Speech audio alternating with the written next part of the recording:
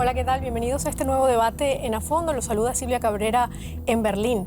Después de un año difícil de batalla contra la COVID-19, todas las esperanzas están puestas ahora en las vacunas, aunque lamentablemente hay una gran frustración a nivel mundial porque la campaña de vacunación se está desarrollando de manera lenta y desigual. En Europa se quejan de las pocas dosis recibidas mientras intentan esclarecer quién es responsable de este problema, si Bruselas o la industria farmacéutica. Sin embargo, los países más pobres todavía no pueden acceder a las vacunas, pese a que las nuevas variantes del virus más contagiosas se expanden por todo el planeta. La lucha contra la pandemia debe ser global, tal y como pide la Organización Mundial de la Salud, entre otros. Pero, ¿cómo hacer que funcione? Vacuna contra la COVID-19, una distribución justa.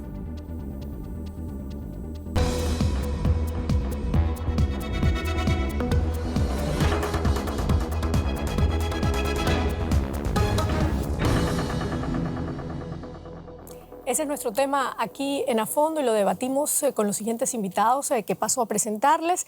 Gabriela Aldama, ella es médico mexicana, actualmente trabaja como voluntaria en un centro que alberga a personas sin techo enfermas de COVID-19 en Berlín. Gabriela sostiene que el estado de emergencia en el que nos encontramos ha desplazado al tema justicia fuera de la lista de prioridades de los gobiernos, sobre todo en el tema de vacunas. Mariano Ramírez es periodista de la DW, especializado en temas de salud. Mariano dice que el programa COVAX intenta distribuir la vacuna de forma equitativa en el mundo, pero hay una enorme distancia entre esa ambición y la realidad. Jens Holst es consultor y profesor en salud global, trabaja para la Universidad de Ciencias Aplicadas de Fulda, aquí en Alemania. Jens opina que el acceso a la vacuna anti-COVID-19 refleja la inequidad sanitaria y sobre todo los efectos nocivos de las patentes de medicamentos en la salud mundial. Bueno, bienvenidos, gracias por estar acá con nosotros y bienvenidos también a ustedes que nos están viendo desde América Latina. Los anuncios, doctor, sobre las vacunas han traído realmente una esperanza a todos en el mundo, podría decirse, pero la pandemia o la lucha contra la pandemia, eliminar la pandemia y volver a la normalidad va a ser una meta bastante difícil de alcanzar. ¿Podemos estar optimistas realmente con las vacunas? Bueno, yo creo que siempre hay que ser optimista, porque en algún momento se habrá superado la pandemia con o sin el mayor impacto de la vacuna.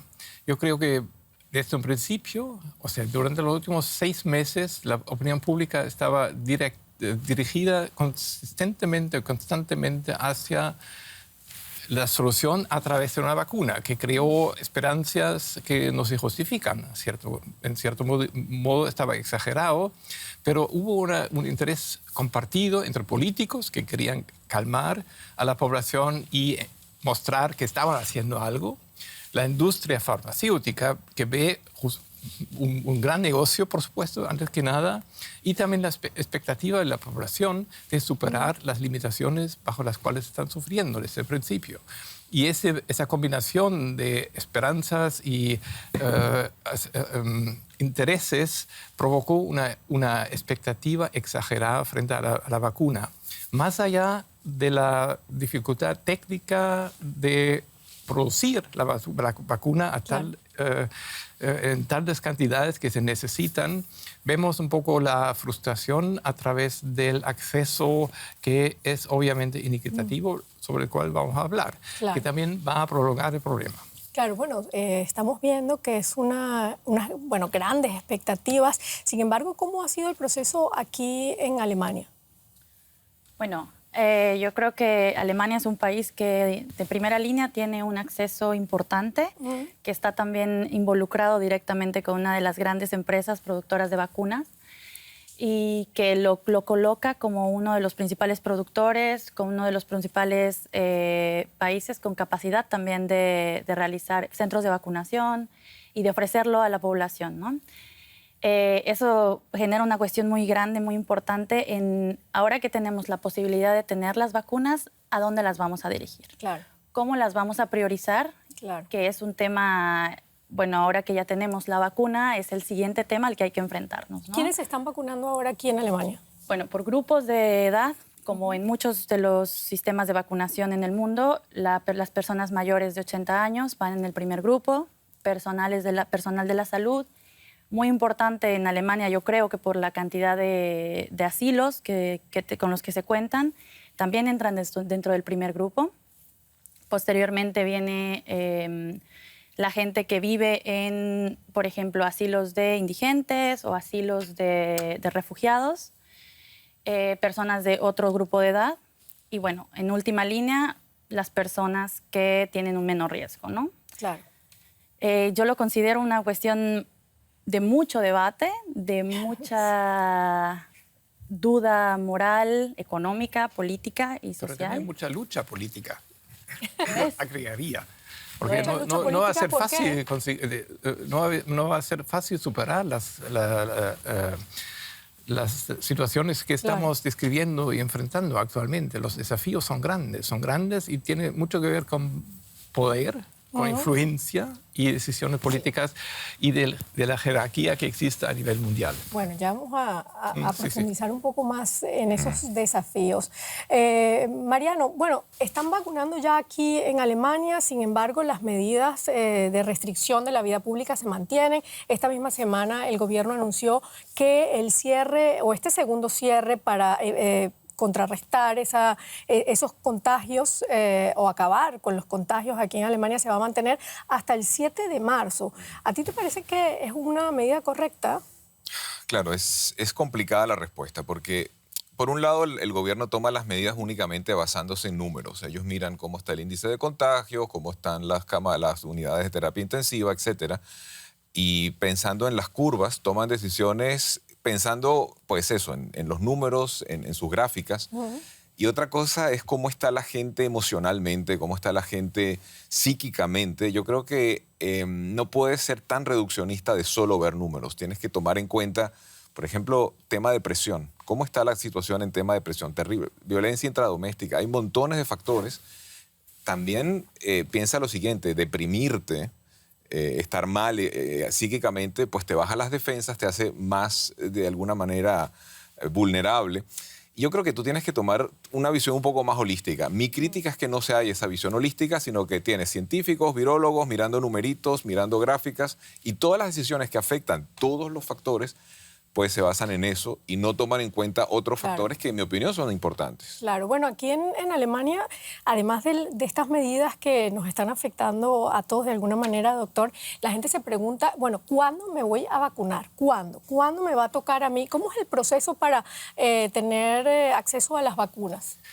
Bueno, no sé explicar eso, porque hay mucha confusión respecto, yo no entiendo tampoco, y me parece interesante que es un país que mundialmente se conoce como un país bien organizado, donde la burocracia funciona bien, todo funciona bien, está enfrentando una situación en ese sentido inesperada, que para mí, viviendo acá, no es tan sorprendente porque se podía observar un desarrollo en esa dirección desde un tiempo atrás ya.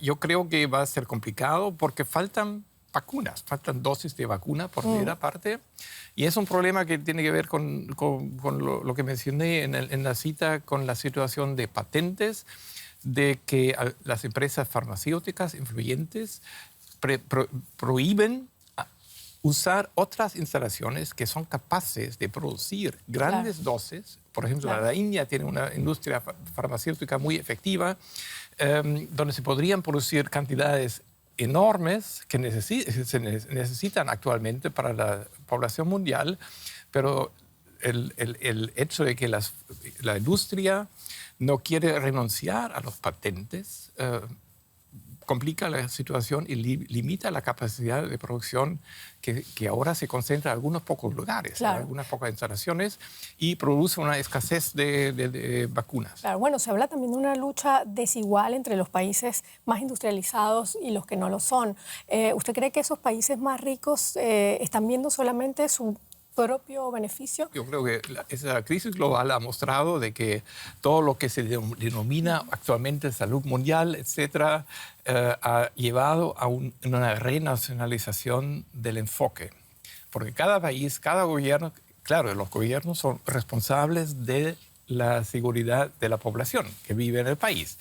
lógico. Pero muchos gobiernos están recayendo en un nacionalismo que parecía haberse superado ya, por lo menos a nivel europeo. Claro.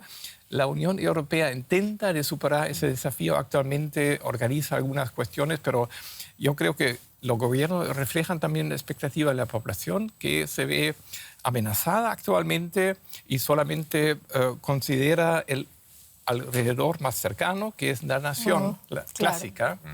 Pero, Y eso se refleja también en cierres de fronteras, que en muchos casos no tiene efecto, porque hay que cerrar otras áreas tal vez, pero esas medidas se aceptan en la población y por eso se hacen. Claro. Bueno, nacionalismo, egoísmo, para agregar negocio. algo, hay algunos países, antes que nada Canadá, que han comprado, yo creo, hasta 8 dosis por ciudadano. Persona, ¿no? Solamente y para prevenir. Alemania, por si acá, Estados Unidos también, Europa también, algunos países. Así Lo que es. significa que los países con menor ingreso ya no tienen acceso Pero a la vacuna. Claro.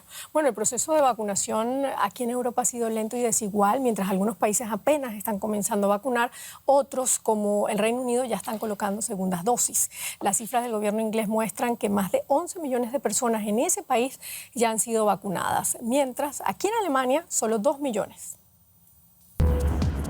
Reino Unido está vacunando a su población con mayor rapidez que cualquier país europeo.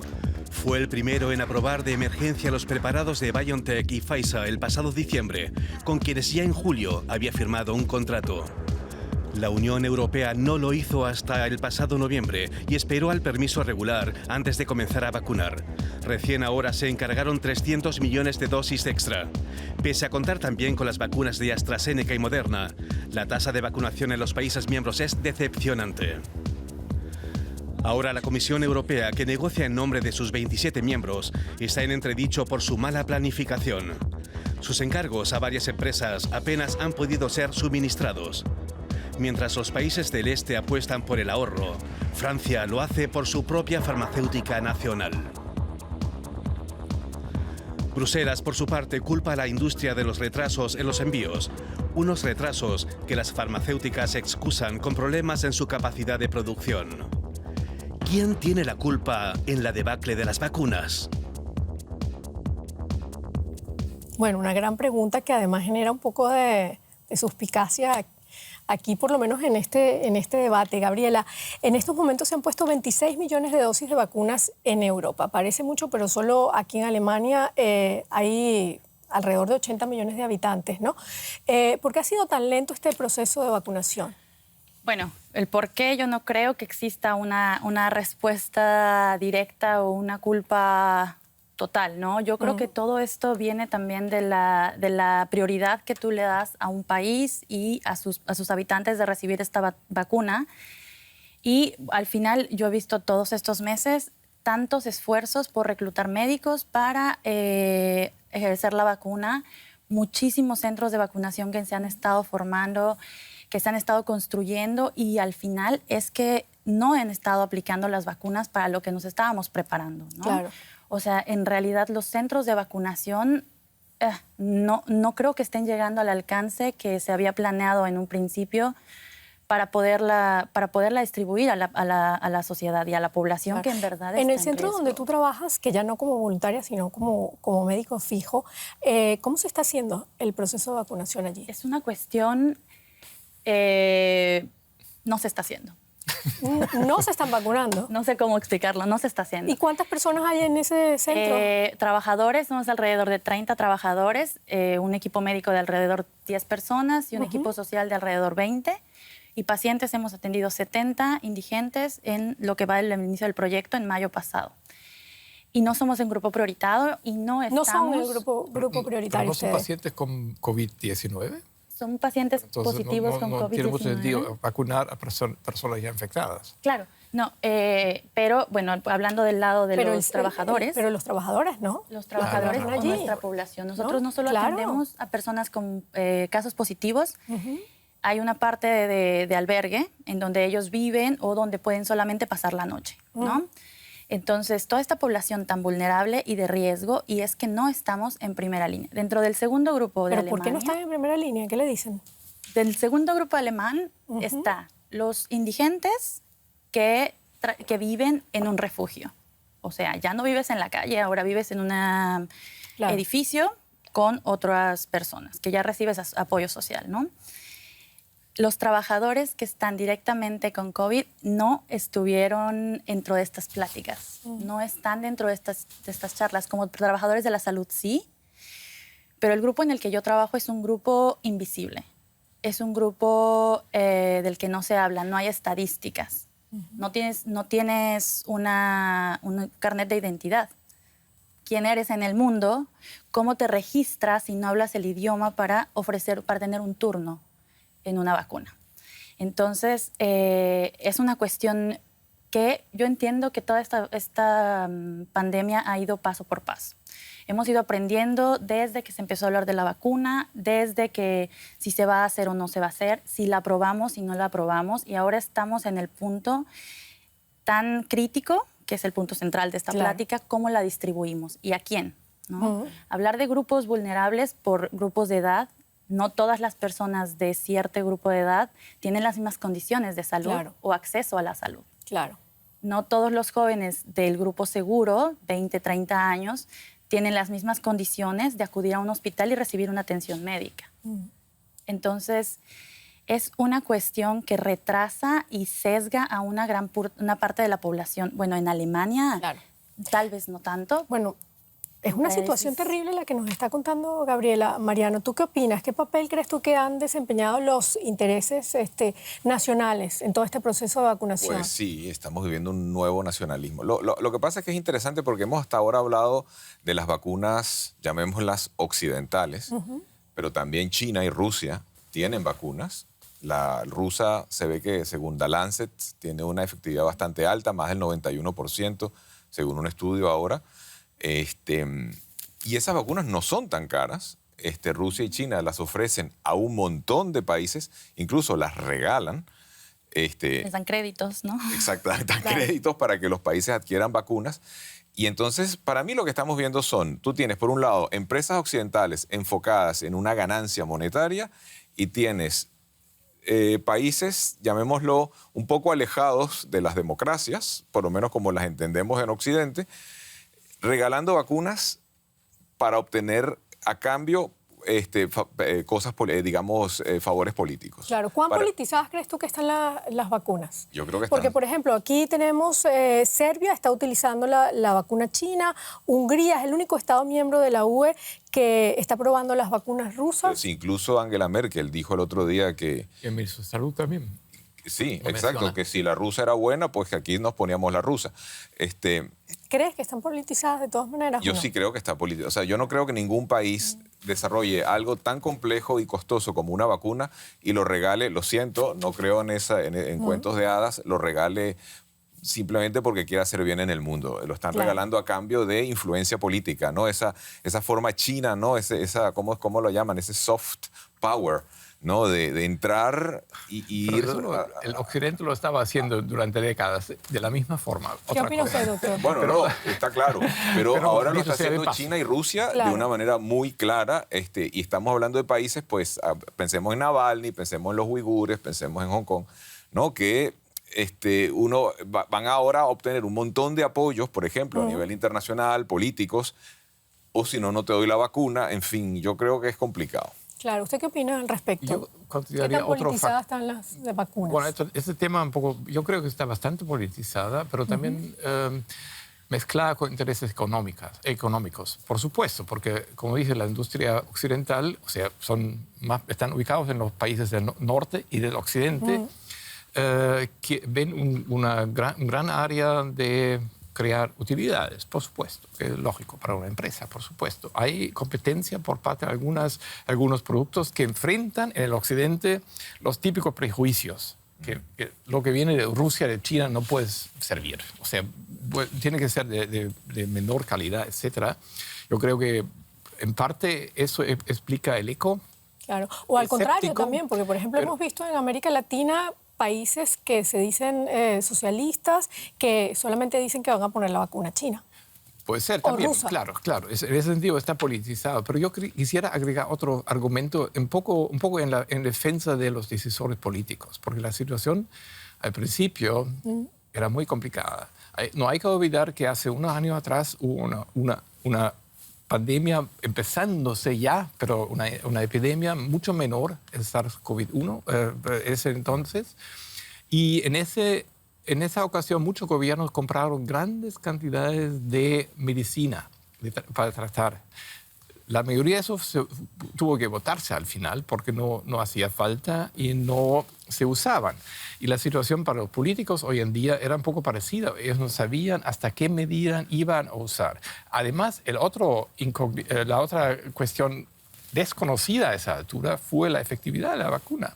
Y las empresas son muy astutas. Ellos obligan a los gobiernos, y lo hicieron hasta con la Unión Europea, de tomar toda la responsabilidad por casos inesperados, no deseados, etcétera, para no tener ninguna obligación de cubrir potenciales costos adicionales que están asociados. Así que una mezcla política que yo, en ese sentido, tengo comprensión por la decisión un poco precautiva de los políticos. Claro. ¿Por qué cree usted que aquí en Europa hay unos países que van muy avanzados como Reino Unido con el tema de la vacunación y otros van mucho más lento?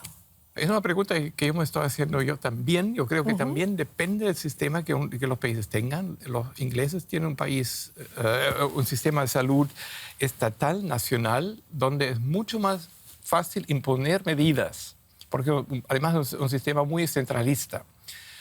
Entonces, en el National Health Service, Servicio Nacional de Salud, en Inglaterra, el Reino Unido puede imponer unas medidas y llegan a la base. Si uno compara, por supuesto, el sistema alemán, que está mucho más descentralizado, donde hay varios niveles de actores que intervienen, que tienen que participar en las acciones de vacunación, se ve un poco la diferencia que existe. Pero es también una decisión de los políticos de lanzarse por la vía de la vacuna, porque allí ven la solución. Claro. Gabriela, ¿cuál es la situación, por ejemplo, en América Latina con el proceso de vacunación? Bueno, las prioridades están también de primera línea en los adultos mayores y en el personal médico. Yo lo he visto con los compañeros que yo he tenido en el hospital, que siguen en México, que trabajan en los hospitales, han recibido ya la primera y la segunda dosis de vacunas, ¿no? Y yo trabajando aquí de primera línea con pacientes directamente infectados, no se ve que haya un plan seguro, ¿no? Como cada país ha tenido sus prioridades, sus grupos importantes, la situación en América Latina, vaya, eso es la situación en México, ¿no? Pero también están países como Brasil, ¿no? Con una apuesta muy grande a una vacuna que se veía prometedora, porque al final esa es la opción que tienen los gobiernos, ¿no? Apostar. Esto es un juego de buen término. Ver qué es lo que crees que va a hacer, qué es lo más probable y para qué te alcanza. Claro, por supuesto. ¿Qué puedes pagar y cuánto? Yo lo que extraño en todo este lío es orden, porque al final, cuando empezó la primera ola y la gente salía a comprar papel higiénico por simplemente tomaba decisiones emocionales, Claro. Los países están haciendo lo mismo. Las vacunas son el papel higiénico de los países ahora. ¿Alemania también? ¿Lo ves aquí en Alemania? Alemania no, porque Alemania tiene la disciplina de la Unión Europea, pero lo que tú dijiste, Canadá, o sea, ¿cómo vas a comprar 8 dosis por cada persona? Debería haber un límite también con las empresas sobre todo lo que no hay es... Lo que hay reservado, que es la diferencia todavía, Sí, pero está claro, con está obligación claro. financiera. Está claro, sí, está claro. Pero el punto es lo siguiente. Para mí lo interesante sería ver qué es lo más útil. Y lo más útil es una distribución equitativa. Hay estudios, recién vi un estudio de la Universidad de Boston donde calculaban cómo eran los estudios estos prospectivos, ¿no? Si los países ricos solo se vacunan y los pobres no, o si todos se vacunan equitativamente. Y en el segundo caso, la cantidad de muertos era 60% menor que el primer caso. Claro. Entonces, bueno, distribución equitativa, ese es el gran sueño de todos. Vamos a ver si en algún momento también, ¿no? ocurre. Lo cierto es que la campaña mundial de vacunación se está desarrollando, como hemos visto, de manera muy desigual, mientras unos países como Reino Unido ya compraron suficientes dosis y están vacunando a toda marcha, otros aún no han comenzado, incluyendo varios allá en América Latina. Vamos a ver este informe. Honduras registra casi 3.800 muertos por COVID-19. Hasta ahora no ha vacunado casi a nadie. En marzo el país centroamericano recibirá 25.000 dosis de BioNTech y Pfizer gracias al programa COVAX, un fondo de acceso global para vacunas financiado por los países más ricos. Su objetivo es inmunizar a una quinta parte de la población antes de que termine el año. Honduras apenas cuenta con recursos propios para cerrar sus acuerdos. Estamos a expensas de la mendicidad internacional. ¿Y por qué? Porque simple y sencillamente Honduras es un país pobre, utilizó el dinero en otras cosas que no debió utilizar. Por esa razón ya no tenía disponibilidad de flujo monetario en dólares para poderle hacer los anticipos correspondientes a Pfizer. Los países ricos son los que han acaparado prácticamente esta vacuna, dejándonos a los países pobres en vías de desarrollo sin tener acceso a la vacuna contra la COVID-19. ¿Terminará generando el egoísmo de los países ricos un reparto injusto de las vacunas? Bueno, Mariano, ¿tú qué opinas al respecto? Sí, viene ¿A qué se debe esta desigualdad? Y bueno, es una pregunta que tiene muchas ramificaciones, pero en primer lugar es la falta de solidaridad, ¿no? Ese nacionalismo basado pues en el egoísmo, en el yo primero, y es lo que da lástima. Yo veo que a nivel institucional esto también va a causar mucho daño, porque al final vemos países ricos queriendo salvar su fuero a políticos con miedo a que no los reelijan, y entonces toman decisiones así, golpes de efecto, y dicen nosotros compramos un montón. Y se pierde la visión general, que es la que interesa, parar la pandemia a nivel global. Si no vacunamos equitativamente, no vamos a parar la pandemia. Es así de sencillo. Entonces, aunque costara más dinero, por ejemplo, permitir ese acceso equitativo a las vacunas, lo que se ahorraría en cuanto a pérdidas potenciales económicamente ya lo compensaría. Hay también hay un estudio de la Universidad de Harvard sobre ese tema. Es tan claro, y ahí ves la incompetencia, y por eso digo que va a sufrir esto, digamos, va a causar daños a nivel institucional, porque la gente pierde la fe en los políticos. Antes le preguntaba a Gabriela y ahora te lo pregunto a ti. ¿Cómo ves el proceso de vacunación en América Latina? Y bueno, en América Latina lo que yo veo es eso, lo que decía ese pobre hombre de que somos mendigos, dependemos de la mendicidad internacional, es muy triste, pero es la realidad pura y dura. O tienes, por ejemplo, el caso de pues China, Rusia, que están tratando de entrar y en realidad ofreciendo vacunas accesibles. Por otro lado, también hay que entender, yo creo que pedimos mucho. Hacer una vacuna en un año contra un virus nuevo es súper complejo y tampoco ahora podemos molestarnos porque no haya suficientes dosis. Claro. Pero ya se ve poniendo a Canadá como en un lado o a Honduras como el antipolo, que es demasiado grande la brecha, ¿no? Claro. Eso es interesante lo que acaba de decir Mariano. ¿Estas vacunas son fiables realmente? Porque se hicieron muy rápido. Además, ya lo habíamos escuchado con Angela Merkel, que decía, vamos a esperar un poco más, hay que tener más control sobre ellas. ¿Qué cree usted, doctor? Es una de las muchas incógnitas que menciona ahora, porque todavía no se sabe cuál exactamente va a ser el efecto y cuán positivo va a ser el efecto referente a distintos criterios, porque todavía no se sabe si las vacunas realmente protegen de infectar a otras personas. Es una cuestión que no se investigó, pero se aceptó, se licenció la vacuna antes sin saber este factor fundamental, yo diría. Tampoco no está muy claro en qué medida reduce la mortalidad y morbilidad de la enfermedad, no se sabe todavía. Así que fue bastante preliminar lo que se sabía, lo que se investigaba antes de lanzar las vacunas. Por otra parte, existe esa gran expectativa en el mundo y, aunque no comparto que la pandemia se va a superar sin o con vacuna, pero va a demorar más sin la vacuna, porque usted sabe que la naturaleza tiene mecanismos de autodefensa. Ahora estamos en contacto cada vez con dosis menores del virus, así que todo el mundo desarrolla una inmunidad parcial al principio, así que las infecciones no son tan graves, etc. Pero eso demora más. Y si la vacuna es efectiva, ayuda a cortar el periodo en el cual tenemos que limitar la vida económica, social, etcétera, de las personas. Así que es ventajoso. Por eso siempre cuando hay que seguir con las restricciones, entonces. Tendría que prolongarla. Sin la vacuna habría que vivir más tiempo con las restricciones. Pero yo quisiera agregar otro fenómeno que se refiere al precio. Hay que saber que la gran mayoría de las inversiones realizadas para desarrollar esas vacunas se financiaron con recursos públicos. Más que duplican la inversión de la industria privada. Claro. O sea, son 8.000 millones comparados con 3.000 millones de dólares invertidos en el desarrollo de la vacuna. Y eso no se recompensa de la forma deseable en la medida que los gobiernos también determinan y tienen acceso a precios más económicos para decidir a dónde van las vacunas.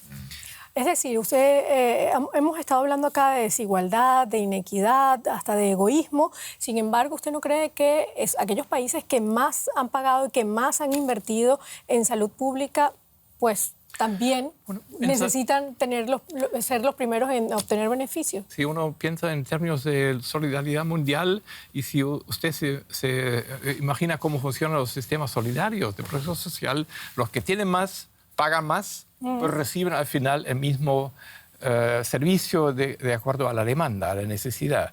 Si uno amplía un poco el sistema de solidaridad al nivel mundial, esa cuestión no es tan válida. Pero en este caso hay una diferencia y en mi opinión es el uso que puede tener para, por ejemplo, un país como Alemania, que no haya pandemia en el resto del mundo. Significa que no hay lockdowns, no hay cuarentenas, la gente está produciendo, la gente está consumiendo y la economía se normaliza de manera que todo vuelve al flujo normal. Pero nosotros estamos viendo, por ejemplo, el caso de Israel, donde ya están vacunando a chicos de 16 años, mientras que en otros países no vacunan ni al gato. Entonces, a nivel global no va eso, no funciona. Pero el tema es la falta de una visión global, de pensar qué es lo mejor para el mundo, para las economías, a nivel global. Eso es lo que a mí me falta. Y el tema se escapa del sector salud, porque la Organización Mundial del Comercio desempeña un papel importantísimo en ese juego. Ahí son los gobiernos de los estados ricos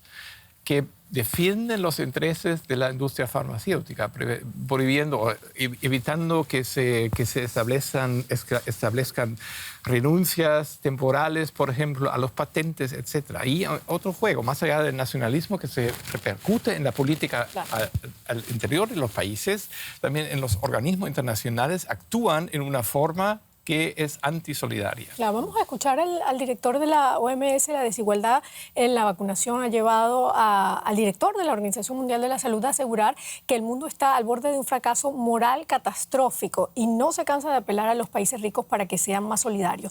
Vamos a escucharlo. Los nacionalismos con las vacunas pueden servir a objetivos políticos a corto plazo, pero se trata de una estrategia contraproducente y sin visión de futuro. No acabaremos con esta pandemia en ningún lugar hasta que hayamos terminado con ella en todas partes. Bueno, un poco lo que decíamos nosotros aquí también, Gabriela, la Organización Mundial de la Salud también ha advertido que a menos que eliminemos el virus en todas partes, podríamos terminar en el punto de partida. ¿A qué juegan los países? ¿Por qué esta poca falta, o mejor dicho, falta de solidaridad? Yo creo que, así como lo comentaban Mariano y el doctor, toda esta lucha de poder, el que yo tengo la capacidad de pagar más vacunas, por lo tanto tengo el derecho de vacunar a mi población primero que a las demás, es una cuestión económica importante, enorme, ¿no? Y de esta necesidad, de esta centralización, de esta politización, de este nacionalismo, por supuesto, es que la Organización Mundial de la Salud y los organismos públicos internacionales no se pueden quedar de brazos cruzados, ¿no? Porque en realidad la población, tan solo en América Latina, que no es parte de estos grupos o de estos países prioritados con la capacidad de acceder, es enorme, ¿no? Y entonces se nace la propuesta de hacer un organismo, esto del COVAX, para hacerlo equitativamente. Ahora, es una foto enorme del mundo que es equitativo, ¿no?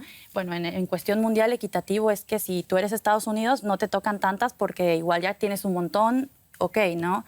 Canadá, tienes para 5, te toca por lo menos, córtale, pásale otras a otros lados. Pero ahora acercando un poco más hacia las poblaciones, ¿no? Siendo entonces un país, Bolivia, Venezuela, Colombia. Nicaragua. Nicaragua. Bueno, y entonces acércate a los que tienen esta cantidad de vacunas ya. ¿A dónde las diriges, no?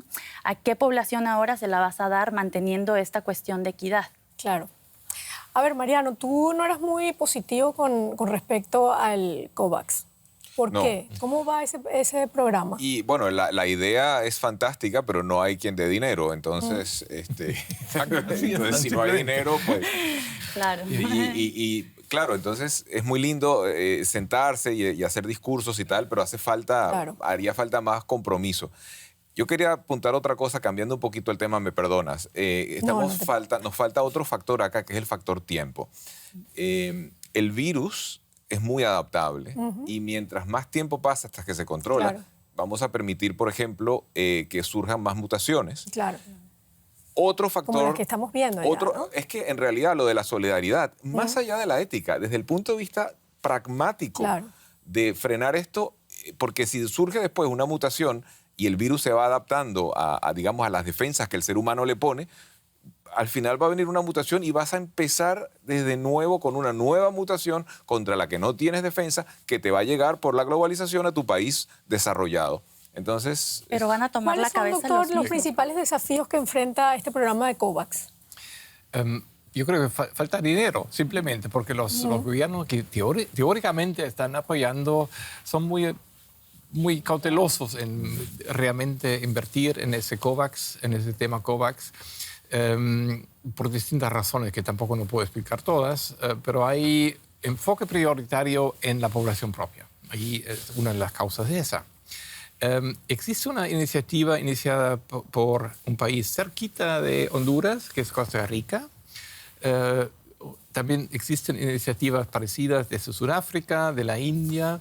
Y vuelvo, siento que si les aburro, pero vuelvo al tema de los patentes. Allí lo que, es muy importante, claro. Lo que se necesita es, por lo menos temporalmente, una excepción, una situación particular para mejorar el acceso de los países de menor ingreso a las vacunas, porque eso, como dije al principio, si tú permites la producción en otros lugares, compartiendo el patente con otros productores, pues aumentar rápidamente la cantidad de vacunas disponibles. ¿Usted cree que eso se puede lograr? ¿Usted se ve puede eso lograr, como una realidad? se Porque, por ejemplo, estamos viendo hoy, veía que AstraZeneca ha redoblado sus ganancias. Entonces, ¿una empresa cree que va a dar la patente? Es muy difícil decir, pero hay tanta presión mundial actualmente y una situación es tan presente en la mente de muchas gentes que eso políticamente puede llevar a un cambio. Y vuelvo a la Organización Mundial de Comercio, OMC, que está enfrentando una decisión respecto a eso, que están postergándola, pero percibo mucha presión en ellos mismos. Y existe la posibilidad, una u otra empresa ya ha anunciado que no va a enfrentarse a renunciar a una política de renunciar temporalmente a los patentes, etcétera. Bueno, también en América Latina estamos viendo muy fuerte el factor político. Por ejemplo, el otro día hablaba con un médico de Nicaragua y me decía que Nicaragua es de los países que va a recibir vacunas por la COVAX o que ya está recibiendo. La verdad es que no sé si ya ha empezado este proceso, pero está en esa lista de países que se van a beneficiar de este sistema y el médico me decía, yo creo que va a ser muy difícil que todos tengamos acceso a esas vacunas porque lo van a politizar el proceso de vacunación. Tú como mexicana, ¿qué opinas de esta situación? Ese es el problema que nos enfrentamos en todos, y no solamente países de Latinoamérica, ¿no? Lo vemos en todo el mundo. Sí, aquí también lo estamos viendo, hay grupos, hay prioridades, hay politización, hay un montón de intereses. Los gobernadores con presión social de parte de su población, que por supuesto que una población no te va a decir, regálale las vacunas, ¿no? El presidente de México lo llegó a comentar, eso de solidarizarse, y la población no lo toma tampoco bien, ¿no? Es una cuestión tan grande y tan mundial que es difícil que esto se llegue a aceptar conjuntamente. Y yo estoy totalmente en contra, ¿no? Es totalmente equivocado, totalmente erróneo, triste, pero es de esa manera. Claro, o sea que no tenemos que ser optimistas, Mariano.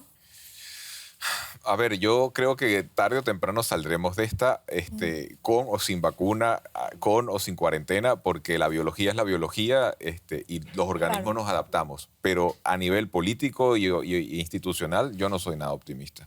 Usted sí lo es, ¿no? Pero ¿para cuándo será cuándo todo es el una mundo presión? quizás esté vacunado contra esa COVID? Yo no sé si soy más pesimista o optimista en medio, algo así, porque yo veo algunas oportunidades particulares debido a la situación mundial, de la amenaza mundial que existe, de implementar algunos cambios más fundamentales. Pero no estoy convencido de que eso pase, no se sabe, pero hay algún espacio para moverse.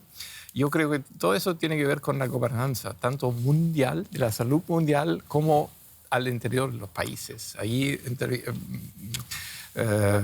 tiene mucho impacto lo que dices tú, que el acceso depende también a la equidad dentro de la población, a las reglas que se implementan y a la implementación real de las reglas teóricas. ¿Para cuándo cree usted que la población mundial estará vacunada? Yo no creo que haga falta inmunizar toda la población mundial, solamente hay que enfocar antes que nada los grupos a mayor riesgo, los grupos más vulnerables, y yo creo que a la larga los grupos menos vulnerables van a autoinmunizarse paulatinamente, en adición a la vacuna que debería dirigirse directamente a los grupos más. Una de las preguntas que más se hace la gente es por qué se vacunan primero a los ancianos y son los que permanecen normalmente dentro de sus casas sin tanto contacto como otros trabajadores. Yo creo que es un fenómeno que, bueno, los ancianos se complican al final cuando lo tienen y se mueren, ¿no? Perdón. Y ahora algunos, claro. Exacto. Bueno, no, perdón, algunos, por supuesto. No todos, afortunadamente, pero entonces, ¿qué viene? El impacto de se nos está muriendo mucha gente, hay que frenar a los primeros, ¿no? Y a partir de eso se desarrolla todo las prioridades, los grupos prioritarios, no es tanto... Claro. Bueno, esperemos que nosotros estemos en ese grupo prioritario, los periodistas, ella también, los médicos. Con eso terminamos. Muchísimas gracias por habernos acompañado. Lamentablemente ya no tenemos más tiempo. Es un trabajo que estamos haciendo para llevarle información a ustedes sobre la COVID. Escríbanos a fondo@dw.com. Hasta luego.